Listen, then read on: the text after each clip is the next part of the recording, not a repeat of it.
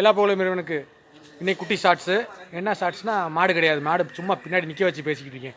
மதுரையில் வந்து ஒரு வாரமாக ஓடிக்கிட்டு இருக்க ஒரு விஷயம், நான் வீடியோ போட நினச்ச விஷயம் இன்றைக்கி தான் போடுறேன்.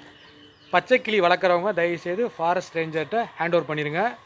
இருந்து பிடிச்சாங்கன்னா 10 லட்ச ரூபா ஃபைன் சொல்லியிருக்காங்க. மதுரையில் நிறைய இடத்துல வந்து சரண்டர் பண்ணியிருக்காங்க. ஸோ யாரெல்லாம் பச்சை கிளி வளர்க்குறீங்களோ தயவுசெய்து கொண்டு சரண்டர் பண்ணிங்க. நான் வந்து நம்மளுடைய தேசிய விலங்குகள், அதாவது காட்டு விலங்குகள்னு சொல்லக்கூடிய ஃபாரஸ்ட் விலங்குகள் எதையுமே வீட்டில் வச்சு வளர்க்கக்கூடாது.